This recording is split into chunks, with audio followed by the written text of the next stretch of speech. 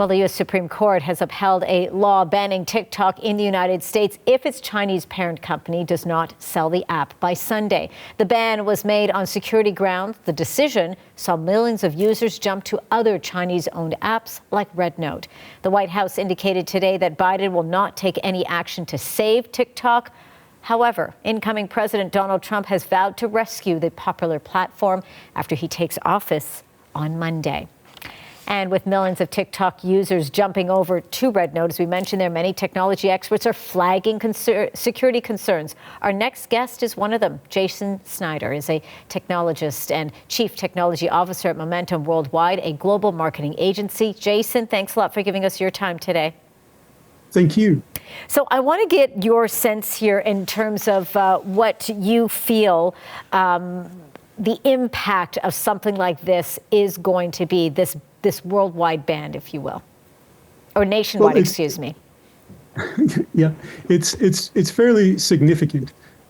So there's millions of people that are engaging, in this platform currently, and there are real dangers to the platforms, and there's dangers with people migrating from something where we understand some of the risks to a platform where we don't understand any of the risks at all. And RedNote collects a staggering amount of personal and behavioral data, everything from your location to your browsing habits. And in the wrong hands, this data could be manipulative and it could surveil or exploit users. And it's interesting that when you're talking about RedNote, because with the concern around TikTok and TikTok users and getting access to that information, we're seeing them sort of jump over to another app, this one being quite a popular one. But there's the assumption that it's pretty much the same. Talk to me more about the alarm bells, at least, that you're seeing when it comes to something like RedNote, especially when it comes to if you don't understand the, quote, fine print, or let alone be able to read it upon translation, this could be very dangerous. Absolutely. The real danger of RedNote isn't just in its data collection, it's in its ability to control narratives. So the power to decide what users see and what they don't see is actually the power to influence entire societies. There was a report in the China Digital Times a couple years ago on the parent company of RedNote, and it was very much a wake-up call because it's not just a social app, it's a tool of influence with a proven track record of censorship. The target audience here, who's the target audience when it comes to RedNote? Largely, this is kids. It's certainly youthful people because it combines commerce and social behavior in very, very unique ways. And people are joining it because, as we know, this other platform, TikTok, is disappearing, so people want to migrate to the next big thing. And it's when their friends are moving there, so there's this sense of FOMO, and there's a ton of hype around it. So there's this perceived notion that it's the new TikTok, and no one wants to miss out on that. But people don't realize the risks are significant and even greater than TikTok.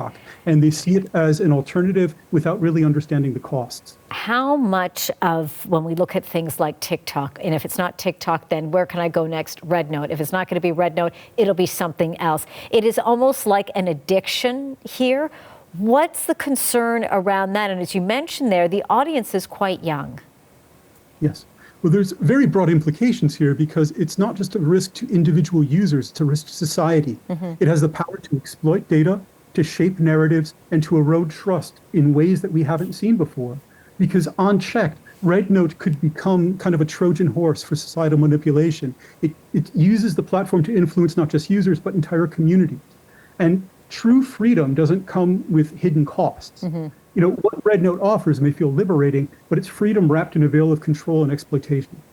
Jason, before I let you go, what needs to be done? How can governments protect their citizens? How can people protect themselves?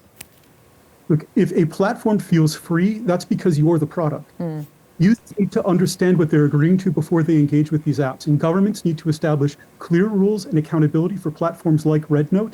It includes transparency around data practices and safeguards for user privacy.